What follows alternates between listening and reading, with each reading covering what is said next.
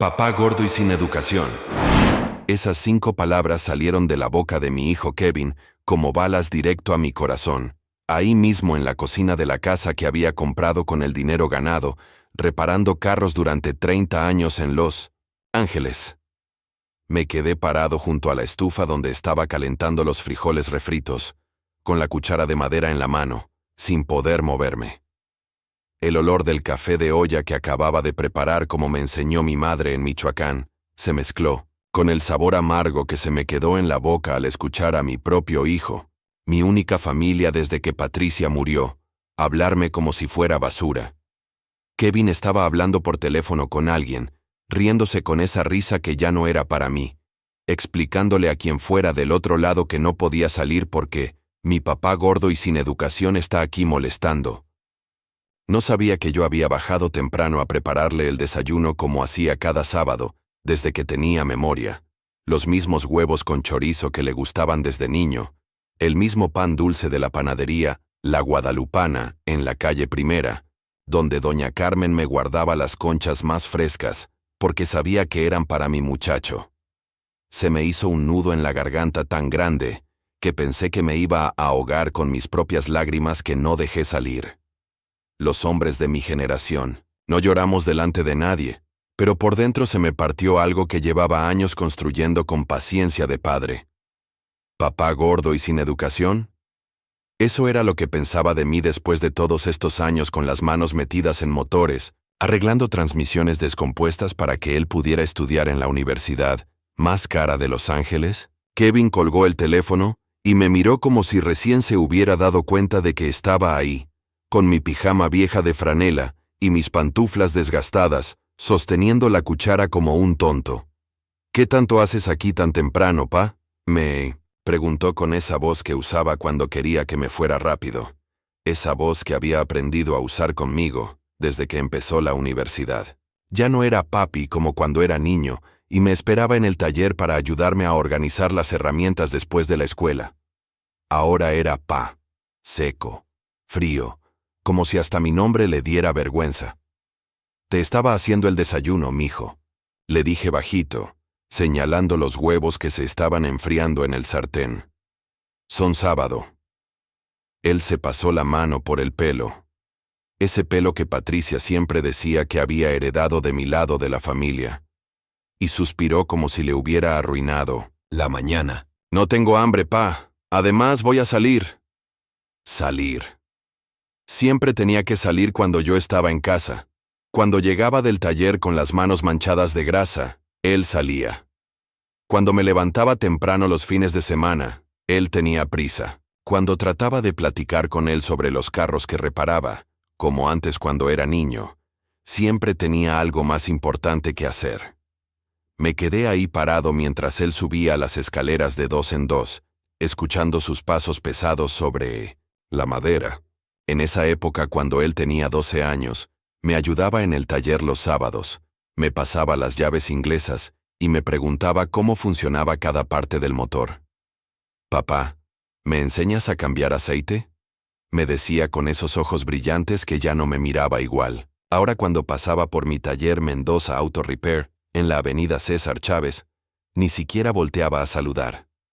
El teléfono sonó otra vez y Kevin bajó corriendo a contestar, pero esta vez habló más bajito, como si no quisiera que yo escuchara.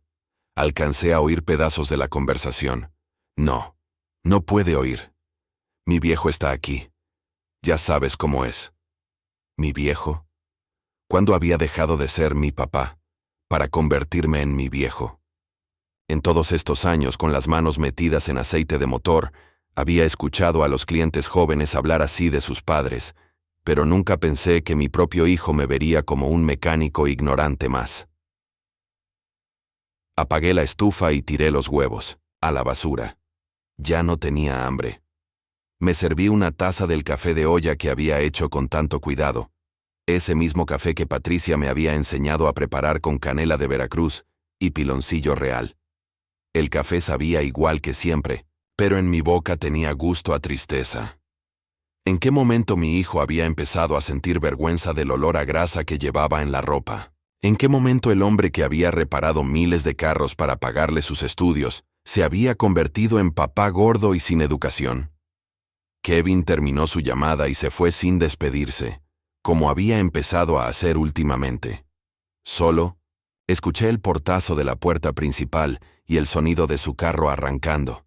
Ese Civic que yo mismo le había reparado cuando se lo compró usado, cambiándole la transmisión completa sin cobrarle un centavo. Me quedé solo en la cocina, con el olor del café mezclándose con el vacío que había dejado mi hijo, dándole vueltas a esas 5 palabras que se me habían clavado como tuercas oxidadas. Papá gordo y sin educación. Pero había algo que Kevin no sabía, algo que había guardado en silencio durante todos estos años. Un secreto que cambiaría todo si él lo supiera. Mientras me tomaba mi café y miraba por la ventana hacia el taller que había construido con mis propias manos callosas, pensé en ese secreto que llevaba cargando desde hace 4 años. Desde que Kevin entró a UCLA. Un secreto que tal vez era hora de que mi hijo conociera. Esa misma tarde, cuando Kevin regresó a casa cerca de las 6, traía puesta una camisa nueva que yo nunca había visto. Una camisa azul marino de esas caras, de marca, que costaba más que lo que yo ganaba en 3 días cuando trabajaba en el taller. ¿De dónde sacaste esa camisa, mijo?, le pregunté mientras él se servía agua en la cocina, tratando de sonar casual, aunque por dentro algo me empezaba a picar como espina. Me la regaló un amigo, me contestó sin mirarme a los ojos, concentrado en su vaso como si fuera lo más interesante del mundo. Un amigo. Kevin nunca había tenido amigos que regalaran camisas de $200.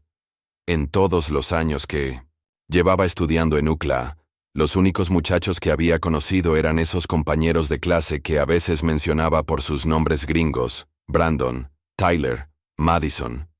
Nombres que sonaban a dinero. Nombres de familias que vivían en Beverly Hills y Malibú, no en el este de Los Ángeles donde estaba nuestra casa. Me quedé ahí parado junto al refrigerador, observando cómo mi hijo evitaba mi mirada. En 43 años trabajando con motores, uno aprende a detectar cuando algo suena raro, cuando hay una falla que no puedes ver, pero que sabes que está ahí porque el ruido no es el normal. Kevin sonaba raro últimamente, como motor que está a punto de fundirse pero todavía no sabes dónde está el problema. Oye, mijo, le dije mientras él se dirigía hacia las escaleras, el sábado que viene es el cumpleaños de tu madrina Esperanza. Va a ser mole poblano como el que te gustaba cuando eras chico. ¿Vienes conmigo? Kevin se detuvo en el primer escalón y suspiró de esa manera que había empezado a usar conmigo, como si mis invitaciones fueran cargas pesadas que tenía que soportar. No sé si puedo, pa. Tengo muchas tareas de la universidad. Tareas de la universidad. Siempre tenía tareas cuando se trataba de la familia, pero nunca tenía tareas cuando salía con sus nuevos amigos hasta altas horas de la madrugada. Está bien, mijo, le dije, aunque por dentro se me revolvió el estómago como cuando tragué aceite de motor por accidente en mis primeros años de mecánico. Tu madrina entiende que los estudios son importantes.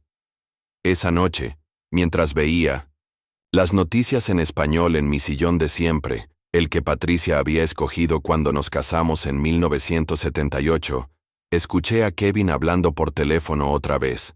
Su cuarto estaba justo arriba de la sala, y las paredes de esta casa vieja no ocultaban mucho. No quería espiar a mi hijo, pero las palabras llegaban a mis oídos como ruido de motor mal afinado que no puedes ignorar. No puedes saber nada todavía. Imagínate si se entera, un mecánico sucio, ¿qué van a pensar? Ahí estaba otra vez esa palabra, mecánico. Pero esta vez no la había dicho con orgullo como cuando era niño, y le contaba a sus maestras que su papá arreglaba carros. Esta vez la había dicho como quien escupe algo amargo, como si la palabra le diera asco en la boca. Se me cerró la garganta como cuando el humo del escape se queda atrapado en el taller sin ventilación. ¿Un mecánico sucio? Eso era lo que pensaba de su padre. De las mismas manos que lo habían cargado cuando era bebé, que le habían enseñado a andar en bicicleta, que habían trabajado 60 horas a la semana durante 25 años, para que él pudiera tener una vida mejor que la mía. Al día siguiente era domingo, y como siempre desde que Kevin era pequeño, preparé café y pan tostado para desayunar juntos, antes de que se fuera a la biblioteca a estudiar. Era nuestra tradición, o al menos lo había sido hasta hace algunos meses.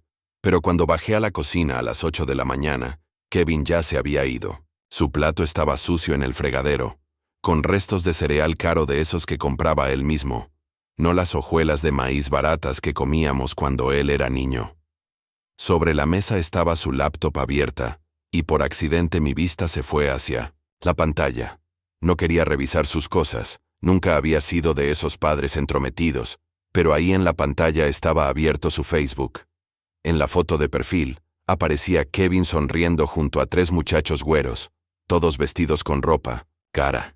Todos con esa sonrisa de dientes perfectos que dan los frenos ortodónticos privados. Abajo de la foto había escrito: "Hanging out with the real family. Finally found where I belong." La familia verdadera. Finalmente encontré donde pertenezco. Esas palabras me pegaron como martillazo directo en el pecho. ¿La familia verdadera? ¿Y qué era yo entonces? ¿Qué había sido Patricia antes de morir? ¿Qué eran todos esos domingos en el parque? Todas esas noches ayudándolo con la tarea en la mesa de la cocina. Todos esos años trabajando bajo el sol de California para que él pudiera tenerlo, que yo nunca tuve. Cerré la laptop y me serví mi café solo, como había empezado a tomarlo desde que Kevin dejó de desayunar conmigo. El café sabía más amargo que de costumbre, o tal vez era mi boca la que tenía gusto a traición. Me quedé ahí sentado en la cocina vacía, escuchando el ruido del refrigerador viejo que no había cambiado en 15 años, porque siempre había prioridades más importantes. Los libros de Kevin, su ropa, su carro, su futuro. En todos estos años reparando motores descompuestos, había aprendido que cuando algo empieza a fallar, no se compone solo. Las fallas se extienden, una pieza daña a la otra, hasta que todo el motor se viene abajo, y empezaba a darme cuenta de que algo se estaba descomponiendo en mi familia, algo que llevaba tiempo fallando sin que yo me diera cuenta. Pero todavía no sabía qué tan descompuesta estaba realmente la situación. Todavía no sabía hasta dónde llegaba la vergüenza que mi hijo sentía por mí. Eso lo iba a descubrir muy pronto, de una manera que me iba a doler más que cualquier accidente que hubiera tenido en el taller durante todos estos años de trabajo. El lunes por la mañana, no podía dejar de pensar en esas palabras que había visto en su computadora. La familia verdadera. Mientras abría mi taller como había hecho durante los últimos 25 años, recordé el día que Kevin nació en el Hospital General de Los Ángeles, el 15 de marzo del año 2000. Patricia había estado en trabajo de parto durante 14 horas, y yo me quedé despierto toda la noche agarrado de su mano, prometiéndole que nuestro hijo iba a tener todo lo que nosotros no tuvimos. Cuando el doctor me puso a Kevin en los brazos por primera vez, pesaba 6 libras y 3 onzas exactas. Tenía los puños cerrados como pequeño boxeador, y cuando abrió los ojos me miró como si ya me conociera de toda la vida. «Mira qué fuerte va a estar este niño», le dije a Patricia. «Va a ser ingeniero, o doctor, o lo que él quiera ser, pero nunca va a tener que mancharse las manos como su papá». Patricia me sonrió con esa sonrisa cansada pero feliz que tenía, después del parto, y me dijo: «Carlos, tú tienes las manos más honradas del mundo». Los primeros años fueron los mejores de mi vida. Kevin era un niño curioso que siempre quería saber cómo funcionaba todo. Los sábados me acompañaba al taller, se subía a un banquito que le hice especialmente para él y me veía trabajar con esos ojos grandes llenos de admiración. «Papi, ¿por qué ese carro no camina?», me preguntaba señalando algún motor descompuesto. «Porque tiene la transmisión mala, mijo, pero papi la vas a arreglar», le explicaba mientras él me alcanzaba las herramientas como mi ayudante oficial. Cuando cumplió 7 años, le compré su primer set de herramientas de juguete, réplicas exactas de las mías pero en tamaño para niño. Se puso tan feliz que se durmió abrazándolas. «Cuando sea grande voy a tener un taller igual que tú, papi», me decía. «Vamos a trabajar juntos y vamos a arreglar todos los carros del mundo». Patricia siempre se reía cuando Kevin decía eso, pero yo me lo tomaba en serio. No porque quisiera, que fuera mecánico, sino porque quería que siguiera viendo mi trabajo como algo importante. Pero conforme Kevin fue creciendo, empecé a notar que sus sueños cambiaban. Ya no quería ser mecánico. Quería ser doctor, después astronauta, después abogado. Cada sueño nuevo me llenaba de orgullo, porque significaba que mi hijo tenía opciones que yo nunca tuve. Cuando llegó a la secundaria y empezó a traer buenas calificaciones, Patricia y yo sabíamos que Kevin era especial, que tenía la inteligencia para llegar lejos. «Mira, Carlos», me dijo Patricia una noche mientras revisábamos su boleta de calificaciones. «Nuestro hijo va a ser el primero de la familia en ir a la universidad». Tenía razón. Ni Patricia ni yo habíamos pasado de la secundaria. Yo empecé a trabajar en talleres desde los 14 años para ayudar a mi familia en México, y Patricia tuvo que dejar la escuela para cuidar a sus hermanos menores cuando su madre se enfermó. Pero Kevin iba a ser diferente. Kevin iba a estudiar, iba a tener un título, iba a usar traje y corbata en lugar de overol manchado de grasa. Durante los años de preparatoria, trabajé dobles turnos para ahorrar dinero para su universidad. Llegaba al taller a las 6 de la mañana y me iba hasta las 9 de la noche, reparando carros bajo el sol que quemaba el asfalto de Los Ángeles. Los fines de semana trabajaba en casas particulares, arreglando coches en las cocheras de familias que tenían más dinero que nosotros. Cada dólar extra lo guardaba en una cuenta especial que había abierto con el nombre Universidad de Kevin.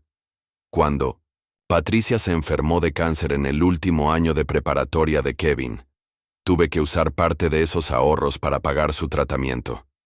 El seguro médico barato que tenía del taller no cubría todo, y yo no iba a dejar que mi esposa sufriera por falta de dinero. Kevin lo entendió, o al menos eso pensé. «No te preocupes, papi», me dijo una noche en el hospital mientras velábamos a Patricia. «Voy a conseguir una beca para la universidad.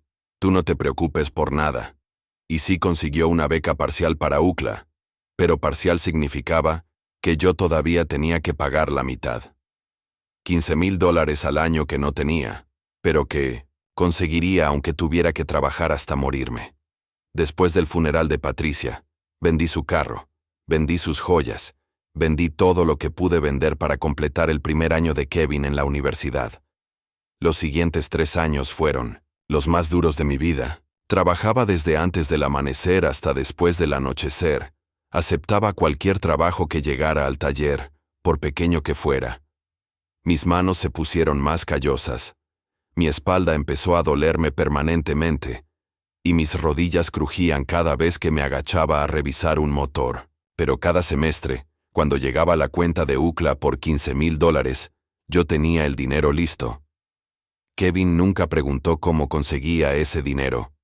Supongo que asumía que las becas cubrían todo, o que yo tenía ahorros secretos, o simplemente no le importaba de dónde venían los fondos mientras él pudiera estudiar con sus compañeros ricos y vestirse como ellos. Gradualmente dejó de venir al taller. Dejó de preguntarme sobre mi trabajo. Dejó de presentarme a sus amigos cuando los traía a casa. La última vez que Kevin me había dicho, «Te amo, papi», fue el día del funeral de Patricia, cuando tenía 18 años recién cumplidos. Desde entonces, nuestras conversaciones se habían vuelto funcionales. «¿Necesitas dinero para libros?» «Sí». «¿Cómo van las clases?» «Bien». «¿Cenamos juntos el domingo?» «No puedo, tengo planes». Así, año tras año, mientras yo trabajaba como mula para mantenerlo en la universidad más cara de California.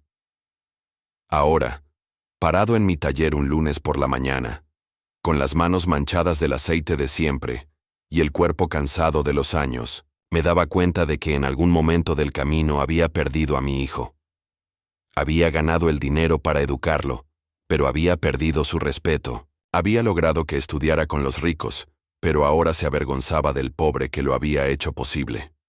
Y la ironía más amarga era que Kevin no tenía idea de hasta dónde había llegado su papá gordo y sin educación para mantenerlo en esa universidad donde ahora había encontrado a su familia verdadera. El miércoles por la tarde, mientras reparaba la transmisión de un Honda Accord del 2015 en mi taller, llegó Kevin manejando su Civic con un amigo que nunca había visto. Un muchacho güero, alto, con ropa que gritaba dinero desde lejos. Tenis, Nike que costaban más que mi renta mensual del taller. Reloj que brillaba como si fuera de oro verdadero. Y esa actitud de quien nunca ha tenido que trabajar un día en su vida. «Pa, necesito las llaves del carro de mamá», me gritó Kevin desde la entrada del taller, sin bajarse de su Civic, sin presentarme a su amigo, como si yo fuera empleado de una gasolinera cualquiera. Las llaves del carro de Patricia. El Corolla, blanco que había sido de mi esposa, que todavía tenía su olor a perfume barato en los asientos, que yo había mantenido funcionando perfectamente, por si Kevin algún día lo necesitaba para alguna emergencia. «¿Para qué lo necesitas, mijo?», le pregunté mientras me limpiaba las manos grasosas en mi overol, caminando hacia su carro. Su amigo me miró de arriba abajo como quien examina algo sucio que se encontró en la calle. «Para ir a una fiesta en Malibú», me contestó Kevin sin mirarme a los ojos. «El mío está haciendo ruido raro».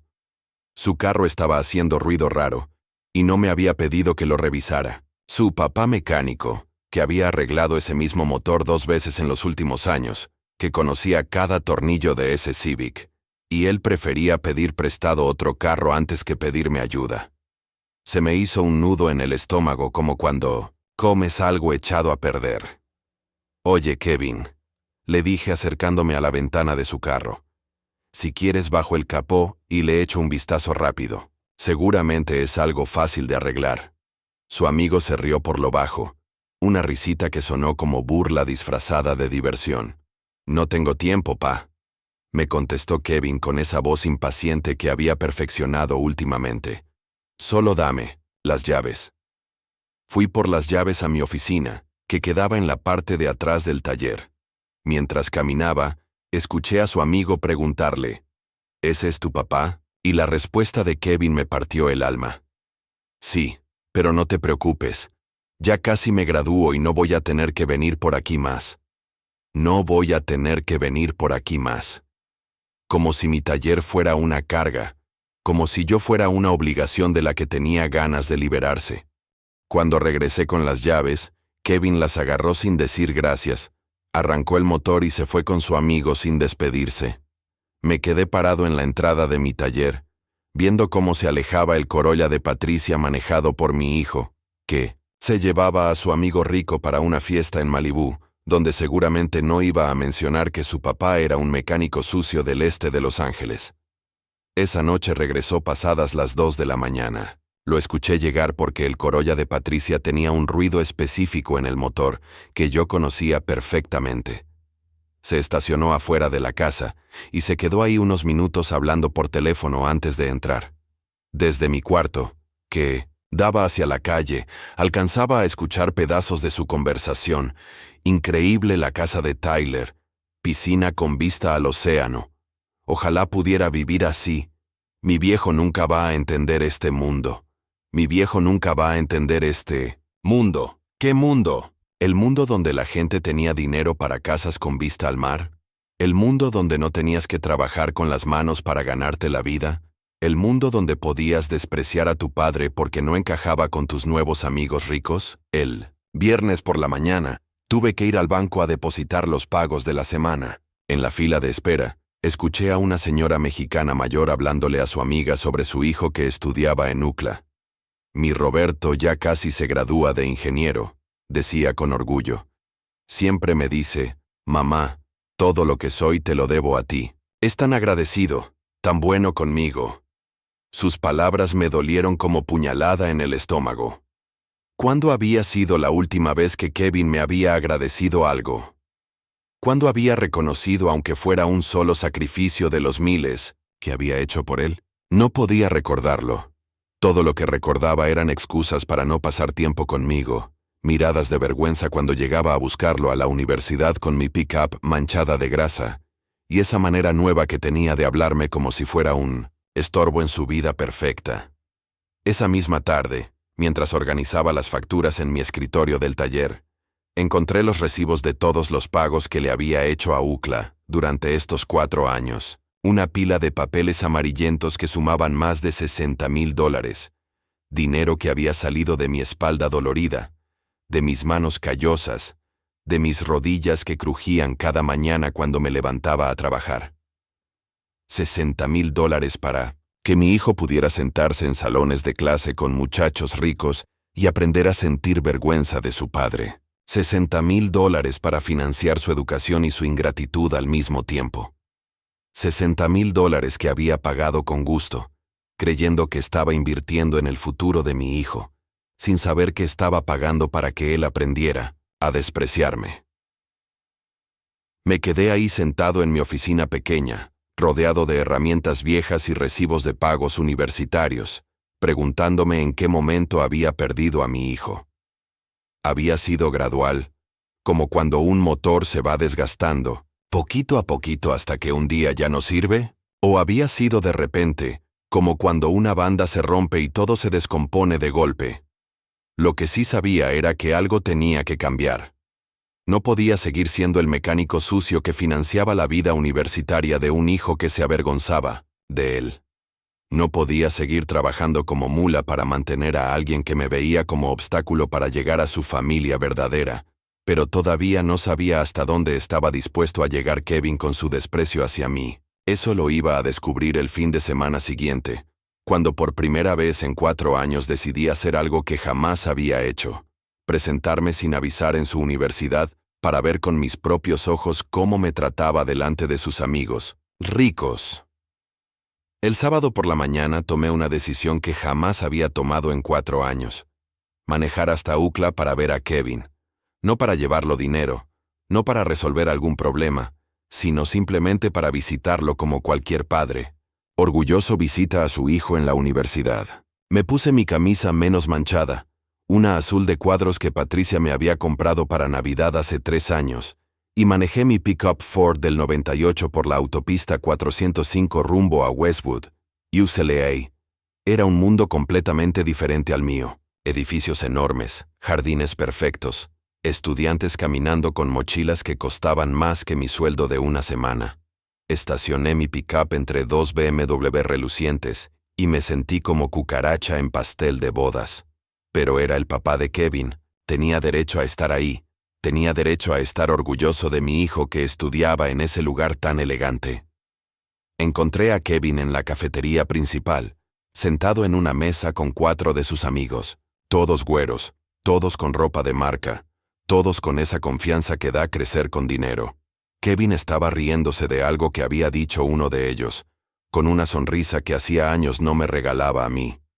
Me acerqué por detrás, emocionado, de sorprenderlo, de verlo feliz aunque fuera con otras personas.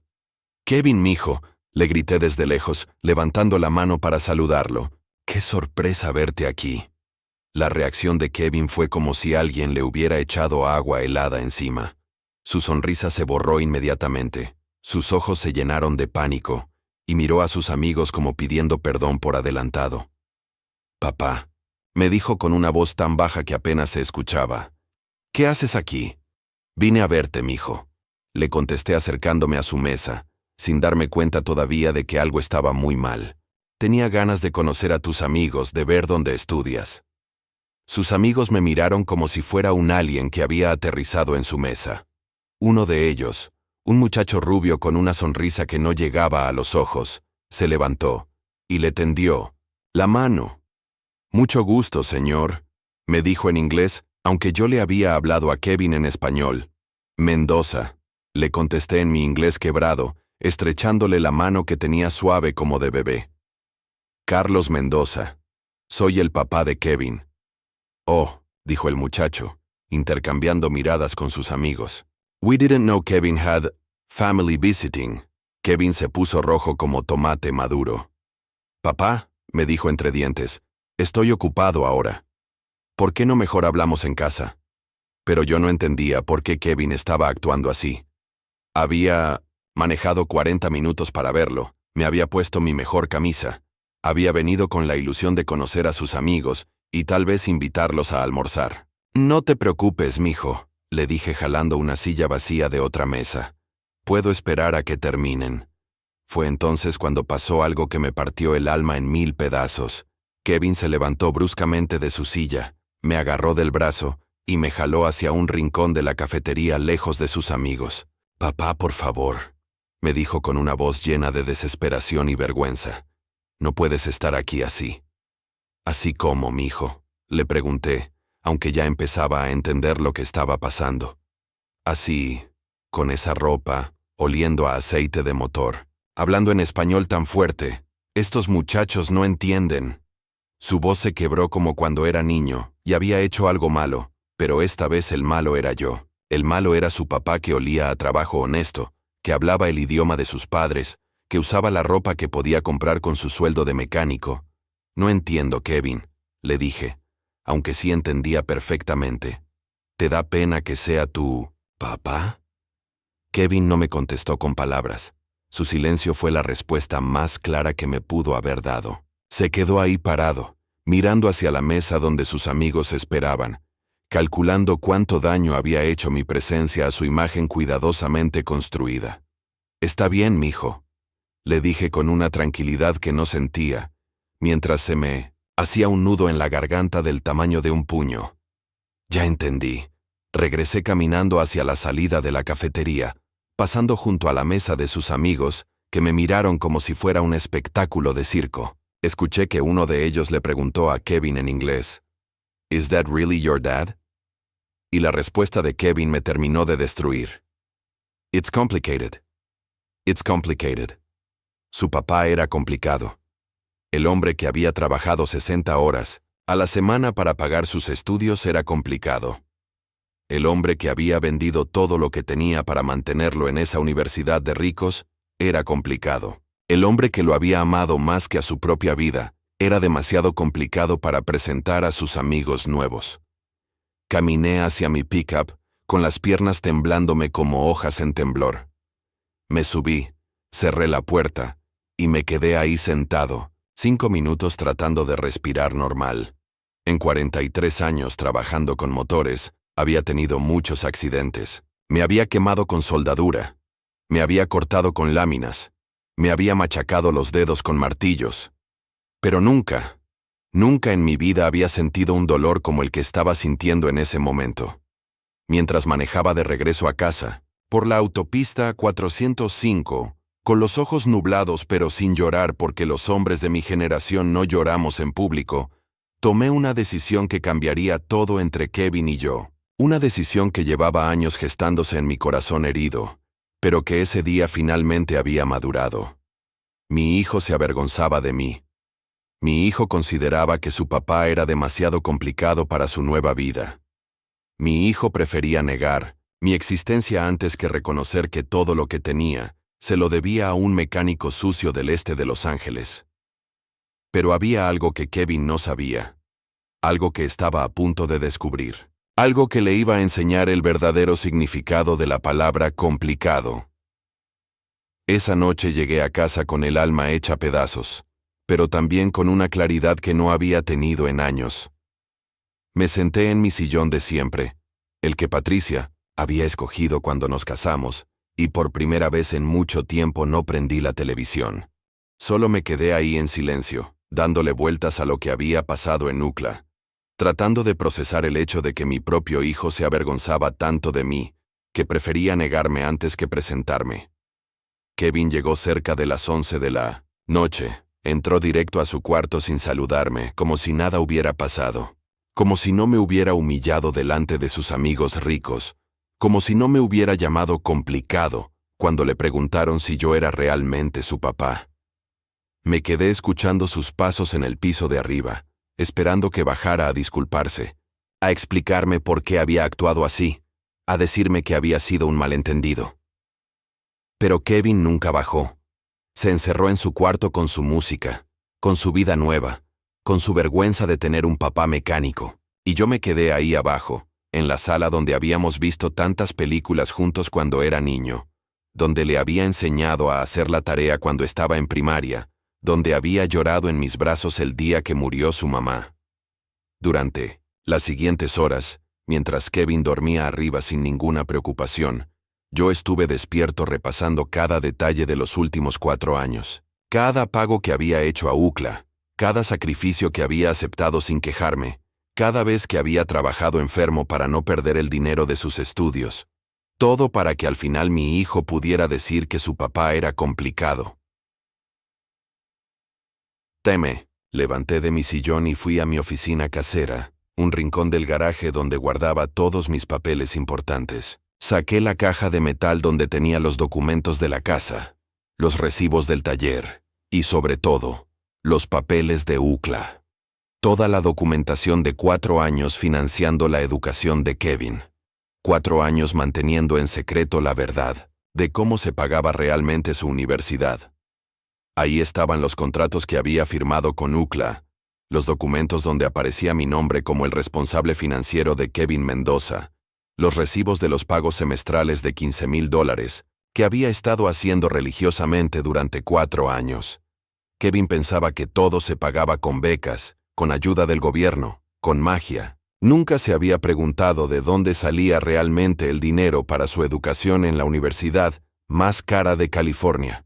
Pero lo más importante que saqué de esa caja fue un documento que Kevin nunca había visto, un documento que había firmado cuando él empezó su último año. Un contrato de préstamo educativo donde yo era el avalista y el responsable de pago. Un préstamo de $25,000 para cubrir su último año de carrera.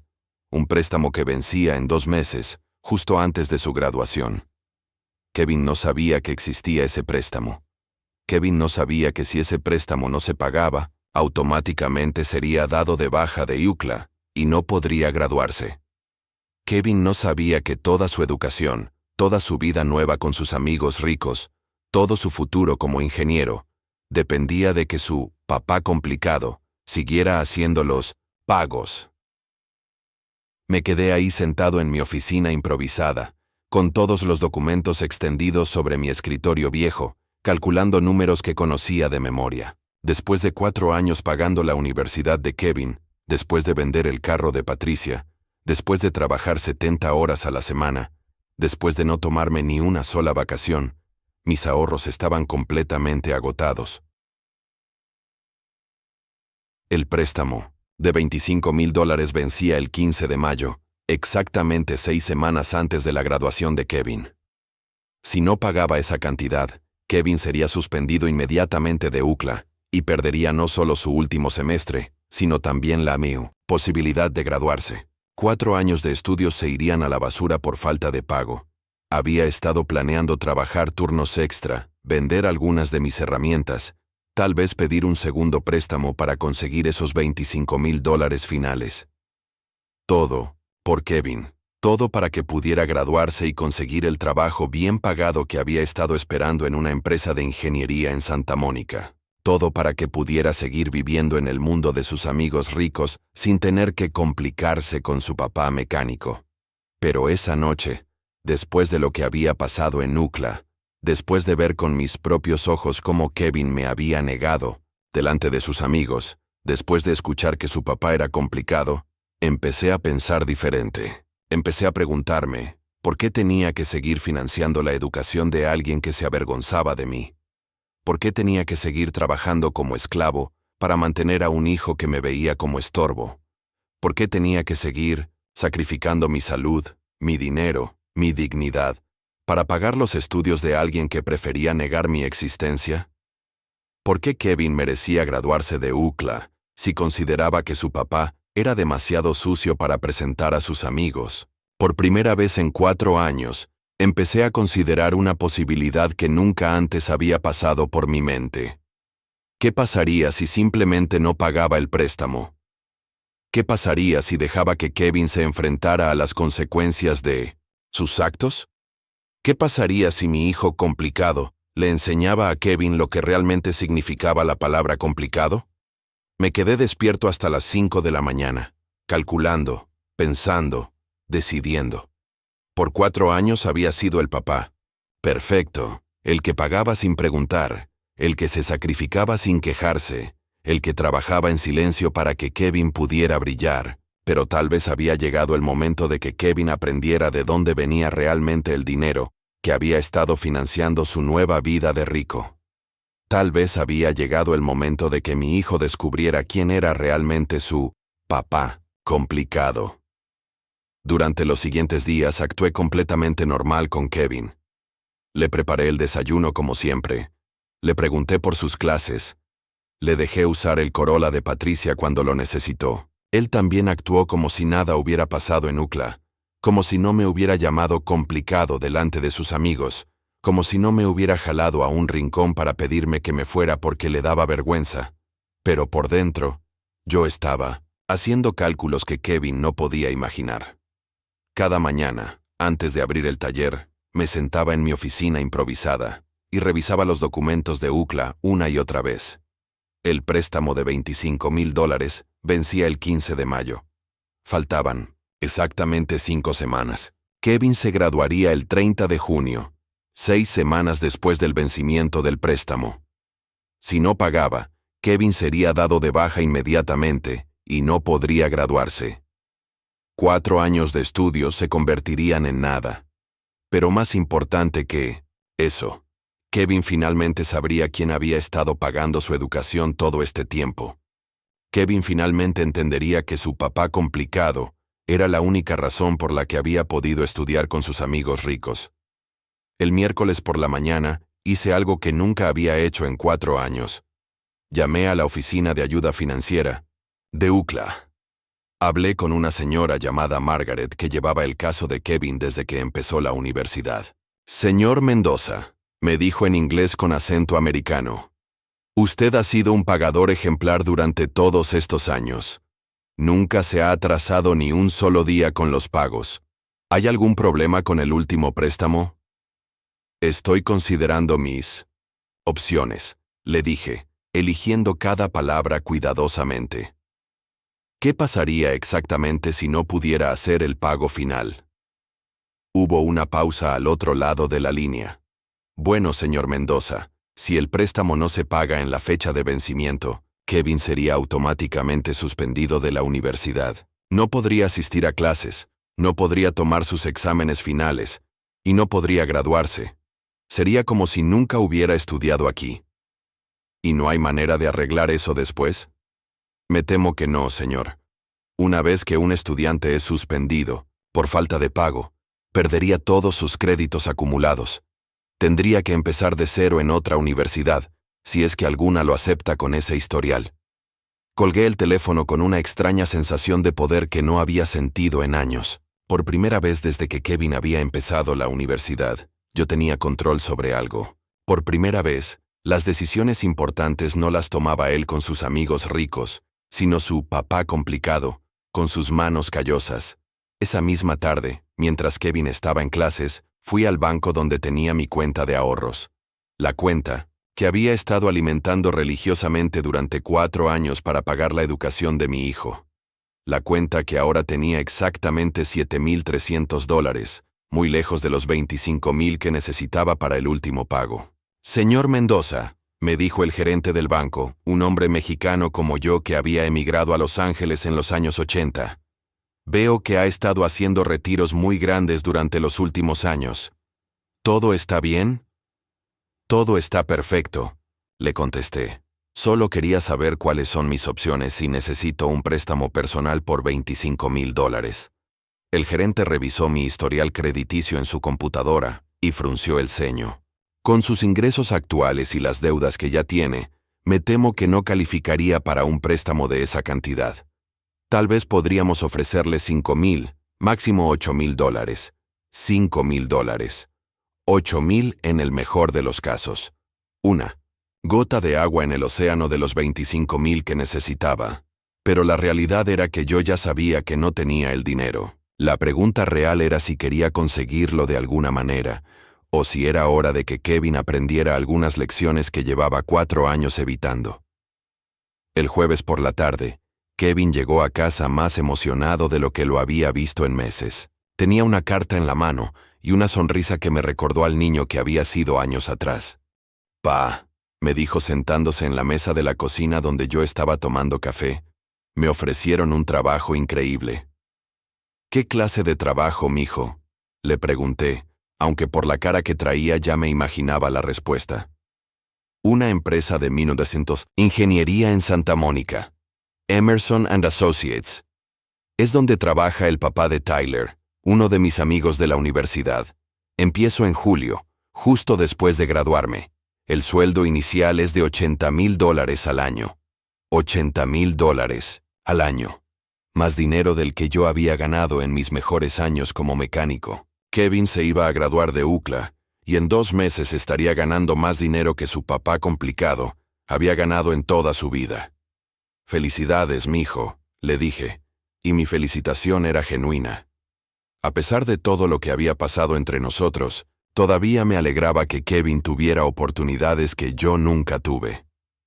Debe ser un gran trabajo. Sí, pa. Y lo mejor es que la oficina está en Santa Mónica, cerca de donde viven Tyler y mis otros amigos. Estoy pensando en mudarme para allá, después de graduarme.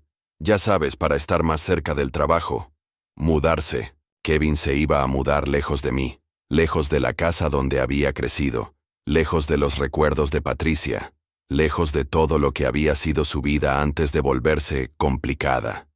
Se iba a ir a vivir cerca de sus amigos ricos, donde no tendría que explicarle a nadie que su papá era un mecánico del este de Los Ángeles. Está bien, mijo, le dije tomando un sorbo de mi café que de repente sabía más amargo. Los hombres jóvenes necesitan hacer su propia vida. Kevin siguió hablando, de su trabajo nuevo, de sus planes de mudanza, de cómo iba a decorar su apartamento nuevo en Santa Mónica. Hablaba con tanto entusiasmo que parecía que ya se había olvidado completamente de mí, como si yo fuera solo un obstáculo temporal en su camino hacia su nueva vida perfecta. Pero lo que Kevin no sabía era que para llegar a esa vida perfecta, para conseguir ese trabajo de $80,000 al año, para mudarse a Santa Mónica con sus amigos ricos, primero tenía que graduarse de UCLA. Y para graduarse, alguien tenía que pagar $25,000 en las próximas 4 semanas. Y esa noche, mientras Kevin dormía arriba soñando con su futuro brillante, su papá complicado, tomó una decisión que cambiaría todo para siempre. El lunes 15 de mayo amaneció como cualquier otro día. Kevin se levantó tarde, como siempre. Se sirvió su cereal caro y se fue a la universidad sin despedirse, como había sido su costumbre durante los últimos meses. Pero ese día no era como cualquier otro día. Ese día era el día de vencimiento del préstamo de $25,000 que Kevin no sabía que existía. A las 10 de la mañana, mientras reparaba el motor de un Camry en mi taller, sonó mi teléfono celular. El número de UCLA aparecía en la pantalla. Señor Mendoza. Era la voz de Margaret de la Oficina de Ayuda Financiera. El préstamo de Kevin venció hoy, y no hemos recibido el pago. Necesitamos que nos contacte. Ya sé que venció, la interrumpí, limpiándome las manos grasosas en mi overol. Y no voy a pagarlo. Hubo un silencio largo al otro lado de la línea. Señor Mendoza, ¿está usted seguro? Si no recibimos el pago hoy antes de las 5 de la tarde, Kevin será automáticamente suspendido de la universidad. No podrá graduarse. Estoy completamente seguro, le contesté con una tranquilidad que me sorprendió a mí mismo. No voy a pagar ese préstamo. Pero señor, Kevin está a solo 6 semanas de graduarse. Ha sido un estudiante ejemplar durante 4 años. ¿No quiere discutir esto con él antes de tomar una decisión tan drástica? Kevin no sabe que yo he estado pagando sus estudios, le dije. Kevin piensa que todo se paga con becas. Tal vez, es hora de que aprenda la verdad. Colgué el teléfono y seguí trabajando en el Camry como si nada hubiera pasado. Pero por dentro sentía una mezcla extraña de dolor y satisfacción. Dolor porque sabía que estaba destruyendo el futuro que Kevin había estado construyendo durante 4 años. Satisfacción porque finalmente mi hijo iba a saber quién era realmente su papá complicado. A las 3 de la tarde, mientras almorzaba, tacos de carnitas en el taller, volvió a sonar mi teléfono. Esta vez era Kevin. «¡Papá!», me gritó por el teléfono con una voz que no había escuchado en años, una voz llena de pánico y desesperación. «Acabo de recibir una llamada de la universidad. Dicen que me van a dar de baja. Dicen que hay un préstamo que no se pagó». «Ah, sí», le contesté masticando tranquilamente mi taco. «El préstamo de $25,000 que vencía hoy». «¿Tú sabías de ese préstamo?». Su voz se quebró como cuando era niño y había perdido su juguete favorito. ¿Por qué no me dijiste nada? Kevin, le dije con la misma voz calmada que usaba cuando le explicaba cómo funcionaba un motor. ¿Quién crees que ha estado pagando tu universidad durante estos 4 años? Otro silencio.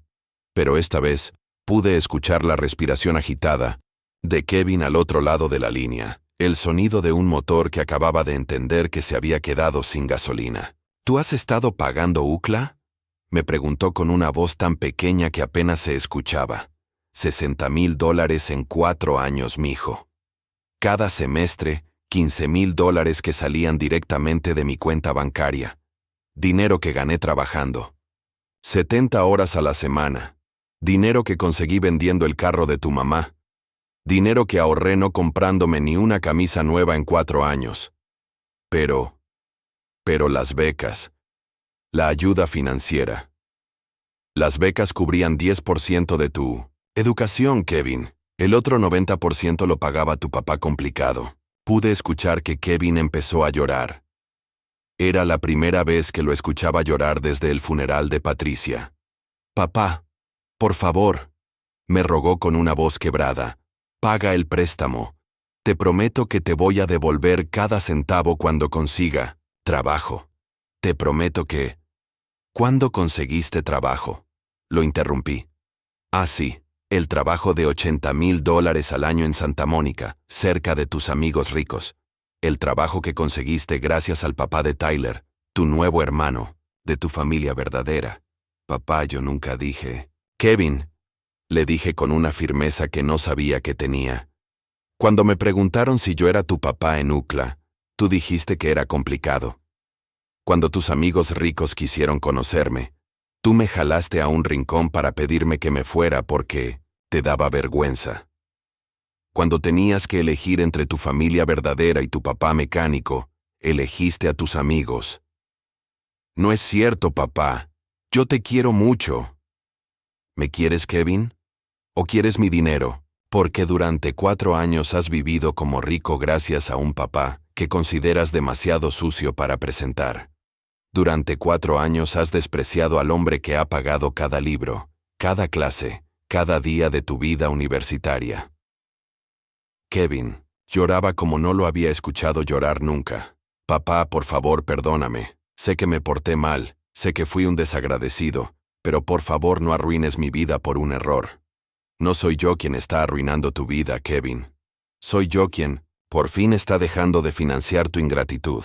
Durante 4 años trabajé como esclavo para que tú pudieras estudiar con tus amigos ricos.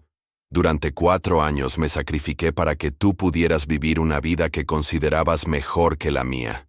Pero ya no más. ¿Qué quieres que haga, papá? ¿Qué quieres que haga para que me perdones? Por primera vez en la conversación, me quedé callado. Era una buena pregunta. ¿Qué quería realmente? ¿Venganza?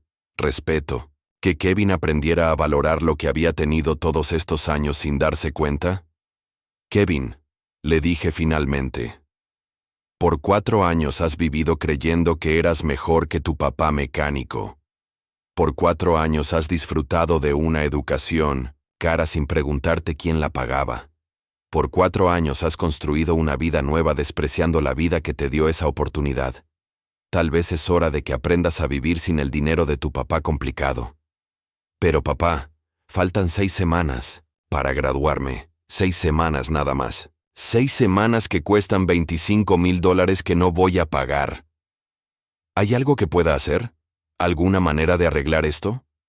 Me quedé pensando mientras terminaba mi taco de carnitas.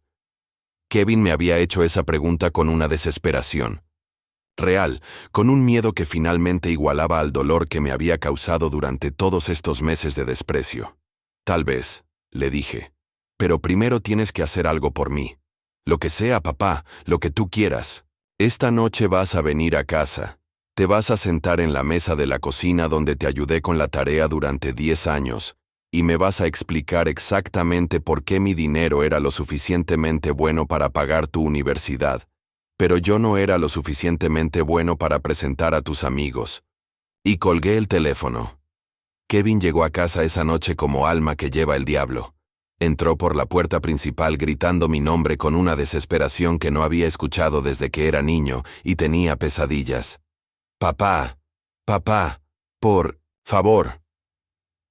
Me encontró en la sala, sentado en mi sillón de siempre, viendo las noticias como si fuera una noche normal. Tenía los ojos rojos de tanto llorar, la cara hinchada, la ropa arrugada como si hubiera estado corriendo por todo UCLA tratando de arreglar su situación. Se tiró de rodillas junto a mi sillón, como cuando era pequeño y me rogaba que no lo castigara por haber roto algo. «Papá», hablé con la universidad, me dijo con la voz quebrada, agarrándome la mano con esas mismas manos que antes le daba, vergüenza que fueran parecidas a las mías. «Dicen que si pago mañana antes de las 5 de la tarde, todavía puedo quedarme.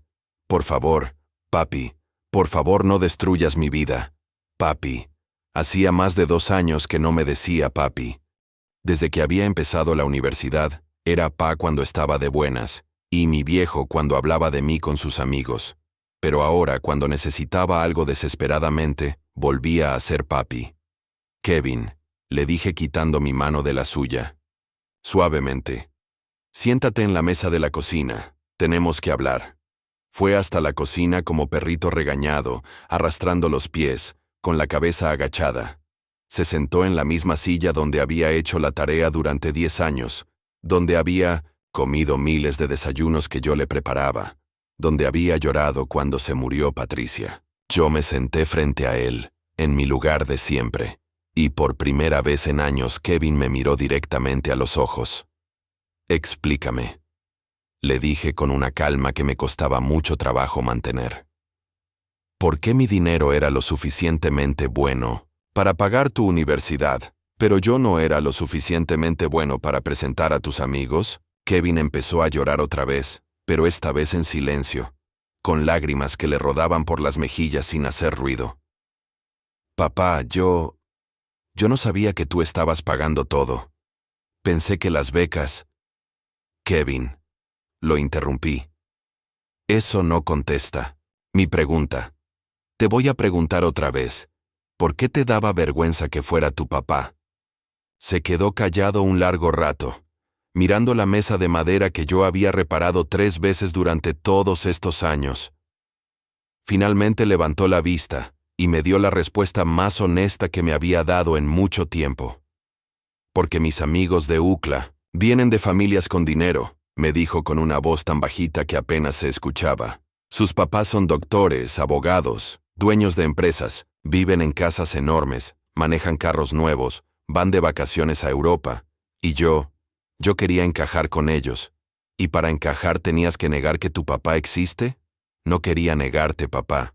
Solo no sabía cómo explicarles que mi papá es mecánico, que vivimos en el este de Los Ángeles, que nuestra casa es pequeña y vieja. Tenía miedo de que me vieran diferente». Por primera vez desde que había empezado esta conversación, sentí una puntada de dolor en el pecho. No era la rabia que había estado sintiendo durante semanas, sino algo más parecido a la tristeza. Mi hijo había estado avergonzado de mí no por maldad, sino por miedo. Miedo de no encajar, miedo de ser rechazado, miedo de que descubrieran que no era como ellos.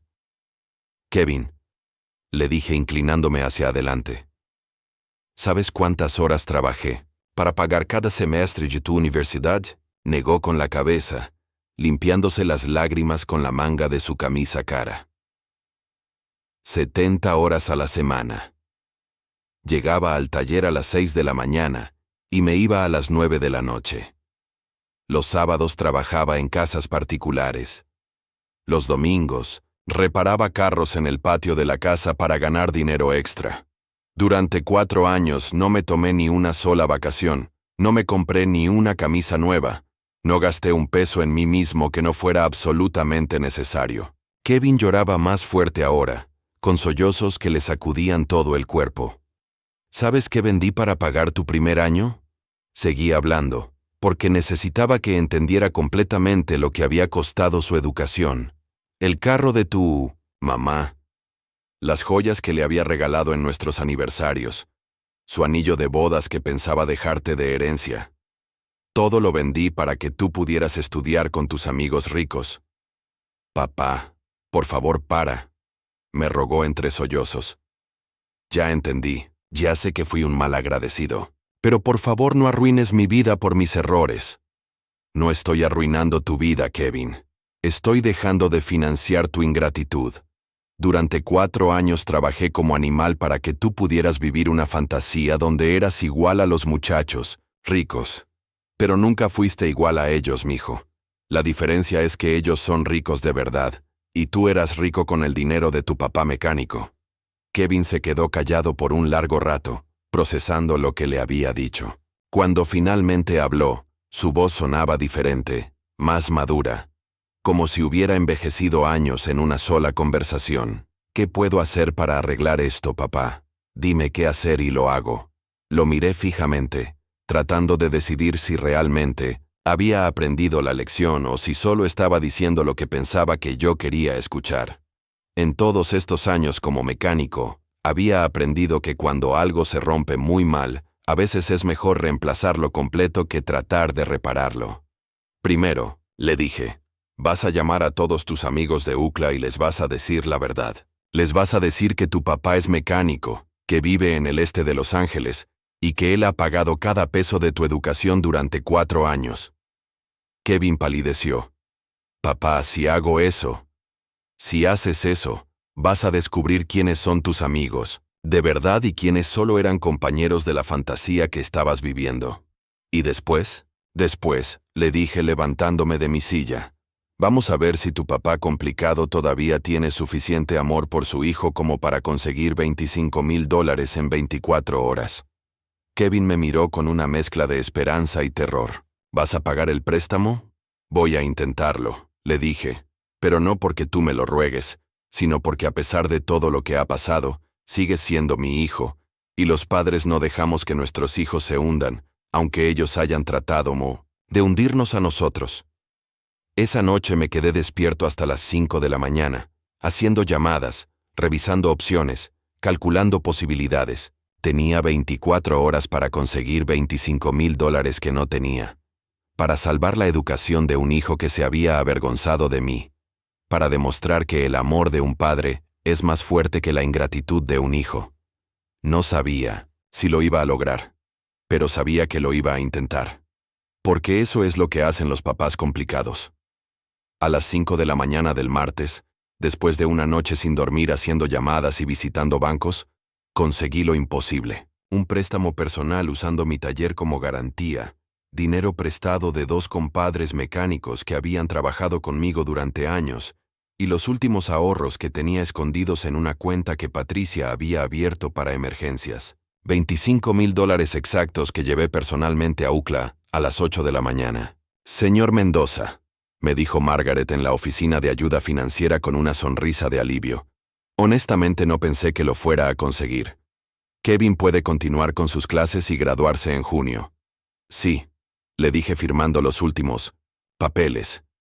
Pero quiero que algo quede muy claro en los registros de la universidad. Quiero que aparezca en todos los documentos que Carlos Mendoza, mecánico, ha pagado la educación completa de Kevin Mendoza durante 4 años. Que no quede ninguna duda de quién financió estos estudios. Cuando llegué a casa esa tarde, Kevin me estaba esperando en la sala. Había estado llorando, tenía los ojos hinchados y había preparado café como solía hacer Patricia cuando sabía que necesitábamos tener conversaciones serias. Papá, me dijo antes de que pudiera sentarme. Hablé con todos mis amigos de UCLA como me dijiste. Y les dije que mi papá es mecánico, que vive en el este de Los Ángeles, y que él pagó toda mi educación. Tyler y Madison actuaron raros y se fueron. Brandon me dijo que siempre había sospechado que yo no era como ellos realmente. Pero Jake, el muchacho pelirrojo que conociste en la cafetería, me dijo que su abuelo también había sido mecánico, y que él respetaba a los hombres que trabajaban con las manos. Me senté en mi sillón, cansado pero satisfecho de que Kevin finalmente hubiera dicho la verdad. ¿Y cómo te sientes? Mal, me contestó honestamente. Me siento como si hubiera estado viviendo una mentira durante 4 años, como si hubiera estado fingiendo ser alguien que no soy. Kevin, le dije sirviéndome una taza del café que había preparado. Nunca quise que fingieras ser otra persona. Solo quería que tuvieras opciones que yo nunca tuve. Pero en algún momento del camino, tú decidiste que tener opciones significaba avergonzarte de dónde venías. Lo sé, papá. Y eso fue mi error más grande. Nos quedamos callados un rato, tomando café como hacíamos cuando él era niño y me platicaba de la escuela. Pero ahora él era un hombre de 24 años a punto de graduarse de la universidad, y yo era un hombre de 67 años que acababa de empeñar todo lo que tenía para salvar el futuro de su hijo. ¿Vas a poder pagar el préstamo? ¿Qué pediste por mí? Me preguntó con una preocupación genuina que no había escuchado en su voz durante años. Voy a trabajar hasta los 80 si es necesario. Le contesté. Pero sí, lo voy a pagar. Papá, cuando consiga el trabajo en Santa Mónica, te voy a dar la mitad de mi sueldo hasta que paguemos todo. Lo miré fijamente, tratando de determinar si hablaba en serio o si era solo el remordimiento del momento. Kevin, ese trabajo paga $80,000 al año. ¿Estás dispuesto a vivir con $40,000 para pagarle a tu papá mecánico? Sí, me dijo sin dudar. Y también quiero pedirte otra cosa. ¿Qué? Quiero que vengas a mi graduación. Quiero que te sientes en la primera fila, con tu mejor camisa. Y quiero que todos vean que Carlos Mendoza, mecánico del este de Los Ángeles, educó a un ingeniero. Quiero que sepan que tú hiciste esto posible. Se me hizo un nudo en la garganta del tamaño de un puño. Durante 4 años había imaginado el día de la graduación de Kevin, pero nunca me había atrevido a soñar que él me quisiera ahí orgullosamente. ¿Estás seguro, mijo? ¿No te va a dar pena que tu papá complicado esté ahí delante de todos? Papá, me dijo con una madurez que no había visto antes en él. He aprendido que no hay nada complicado en un hombre que sacrifica todo por su hijo. Lo complicado era yo, que no sabía reconocer el amor cuando lo tenía enfrente. 6 semanas después, el 30 de junio de 2024, me senté en la primera fila del auditorio de UCLA, con mi mejor traje, el que había comprado para la boda de Kevin y Patricia hace 26 años. Cuando llamaron el nombre Kevin Mendoza, licenciatura en Ingeniería Civil, me levanté de mi asiento y grité, «Ese es mi hijo», tan fuerte que toda la gente volteó a verme. Kevin me buscó entre la multitud, me señaló desde el escenario y gritó de vuelta, «Ese es mi papá, Carlos Mendoza. Él hizo esto posible». No pude evitar llorar. Los hombres de mi generación no lloramos en público, pero ese día no me importó. Lloré de orgullo, lloré de alivio. Lloré porque finalmente mi hijo había aprendido que no hay nada de qué avergonzarse en el trabajo honesto de un padre que ama a su familia. Después de la ceremonia, Tyler y sus padres se acercaron a felicitarnos. «Señor Mendoza», me dijo el papá de Tyler extendiéndome la mano, «Kevin nos contó todo lo que usted hizo para educarlo. Como padre, entiendo el sacrificio que eso representó. Tiene usted un hijo excepcional». «No», le contesté estrechándole la mano. «Tengo un hijo que finalmente aprendió a valorar lo que siempre tuvo». Kevin cumplió su palabra. Durante 2 años me dio la mitad de su sueldo hasta que pagamos completamente el préstamo del taller. Y los $25,000 finales de su educación. Cuando terminamos de pagar todo, me llevó a cenar al restaurante más caro del este de Los Ángeles y me regaló una placa dorada que decía, «Para Carlos Mendoza, el mejor papá del mundo. Nada de esto hubiera sido posible sin ti». Ahora Kevin viene a visitarme todos los domingos, me ayuda en el taller cuando tiene tiempo libre, y cada año en el aniversario de su graduación, me lleva a UCLA para mostrarme la placa que pusieron en la biblioteca con los nombres de todos los estudiantes que se graduaron ese año. Siempre me señala su nombre y me dice, «Ahí está, papá. Kevin Mendoza, hijo de Carlos Mendoza». A veces la gente me pregunta si me arrepiento de haber amenazado con no pagar su último año de universidad. Mi respuesta siempre es la misma. Un padre tiene que enseñarle a su hijo que el respeto se gana, no se hereda. Kevin necesitaba aprender que el dinero sin dignidad no vale nada, y que un hijo que se avergüenza de su padre, se está avergonzando de sí mismo. El amor de un padre, no significa dar todo sin pedir nada a cambio. A veces significa enseñar lecciones difíciles para que nuestros hijos aprendan a valorar lo que tienen. Y a veces, la lección más importante que podemos enseñar es que la dignidad no se negocia, ni siquiera por amor. Si tú estás leyendo esto y tienes un hijo que se avergüenza de ti, quiero que sepas algo. No tienes que seguir financiando tu propia humillación. El respeto se enseña, y nunca es demasiado tarde para enseñarlo. ¿Y tú? ¿Has pasado por algo similar? ¿Tienes un hijo que se avergüenza de tu trabajo honesto? Cuéntame tu historia en los comentarios. Y si esta historia te llegó al corazón, compártela con alguien que necesite recordar que el trabajo honesto es lo más noble que existe en este mundo. Dime de qué ciudad me estás leyendo. Y si hice bien en enseñarle a Kevin que la dignidad no se negocia, dale like a esta historia. Suscríbete para más historias de padres que no se rinden ante la ingratitud de sus hijos.